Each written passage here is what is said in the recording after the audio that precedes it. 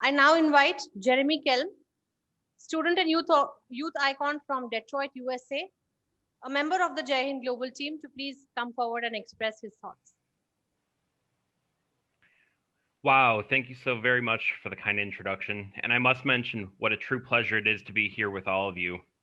We've already heard from some very excellent and distinguished speakers. So before beginning with what I have to add to this global conversation, I'd like to first just thank Jaihind People's Movement, especially Dr. Tambe and Conference Coordinator Dr. Gavandi. Today, I will be using this opportunity to discuss the subversive roles of money and religion within politics. Governments are funded by its tax-paying citizens. So in theory, they should work to achieve the interests of the majority of citizens, right?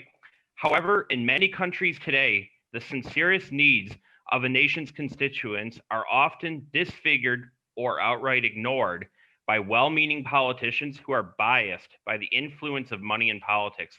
In a direct democracy, every citizen would have an equal say on major issues that a country faces.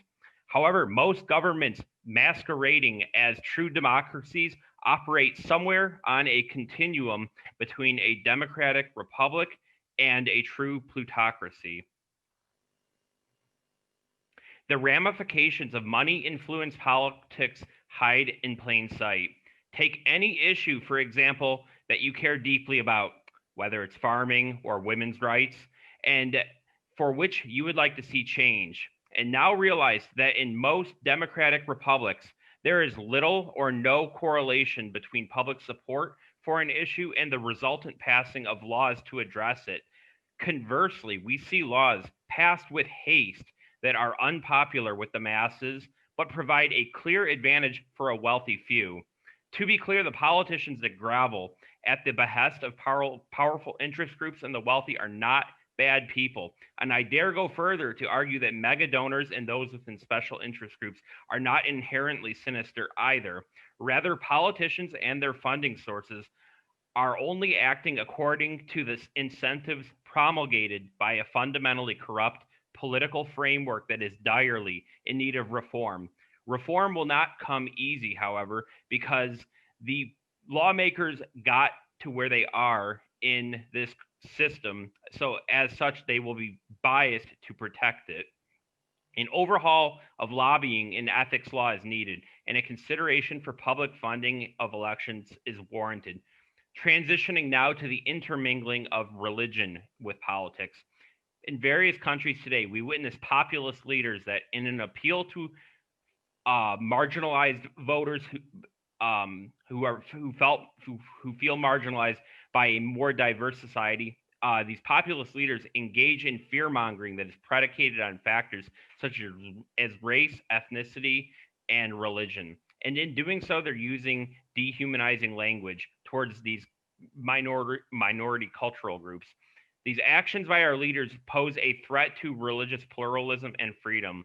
Similarly, we see an increasing rate of hate crimes, which have rendered the oppressed populations unable to practice their faith without fear. Religion has played a pivotal role in all of recorded history. Often, religion or God's will has been cited as justification for otherwise unconscionable military conquests that benefit one nation at the loss of another. Arguably, the insidious role of religion in politics today could be viewed as less barbaric, yet equally subversive and malevolent.